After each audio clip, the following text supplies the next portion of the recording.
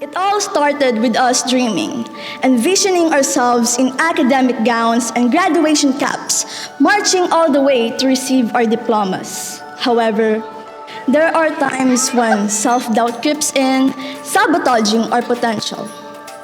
But just when we felt all hope was lost, we saw a light. And that light is glaring, reminding us of the reason we are doing this. Now, we are here celebrating our efforts that have come to fruition, as we are now seeing ourselves wearing the things of once dreamed of. A wise woman once said, "Live your dreams." Our sleepless nights, hard works, and dedication have finally paid off. And we should be proud not only of our accomplishments, but of ourselves as a whole. We have done such a great job. I am proud of all of us for successfully closing a beautiful chapter in our lives, and I am excited to begin a new one. May I leave you all with a quote from John Kennedy. As we express our deepest gratitude, we must never forget that the highest appreciation is not to utter words, but to live by them. Once again, congratulations, class of 2023, to a bright and promising future ahead. The invention of the airplane by the Wright brothers, which was once thought to be impossible in the past, has changed our lives drastically and significantly advanced society. This accomplishment is made not only through the inventors' great minds, but also through their perseverance and determination to make their dreams into one of the greatest inventions made by mankind. To quote Nelson Mandela, "It always seems impossible until it's done." Just as how we pushed ourselves to greater heights and persevered throughout this academic year, we are finally here, watching our dreams turn to reality. And nothing but a t-shirt and ripped up jeans. We are free. It took us 4 years to earn the certificate we have been working hard for.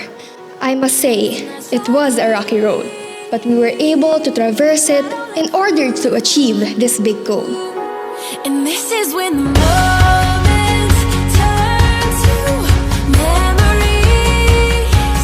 And this is when the future gets so clear to see. Dr. Daisy Moran Tamayo, Chairman, Chief Executive Board, and Co-Founder, University of Perpetual Health System Delta, I have the honor to present to you the 209 candidates for moving up of the Junior Business High School, 11 candidates for PRE-BACCAULAUREATE Maritime Strand, and the 523 candidates for Science, Technology, Engineering, and Mathematics Strand who have satisfactorily completed the academic requirements of the high school department prescribed by the Department of Education and the High School Department of the University of Perpetual Health System Delta, and who, upon the recommendation of the faculty, may now be conferred their certificate of completion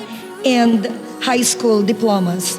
And this is when the moments by the powers vested in me by the Department of Education and Board of Directors of the University of Perpetual Health System Delta, I now confirm upon you your certificates of completion and diplomas with all the rights and privileges appertaining thereto. Congratulations. God bless.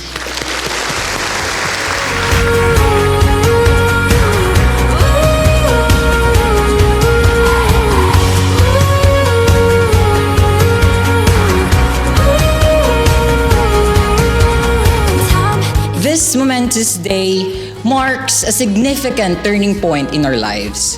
As we venture into a new chapter, be it pursuing higher education or exploring different endeavors for personal growth. Let us celebrate our perseverance, cherish the bonds we've formed, and inculcate all the invaluable lessons that we have learned throughout our high school journey.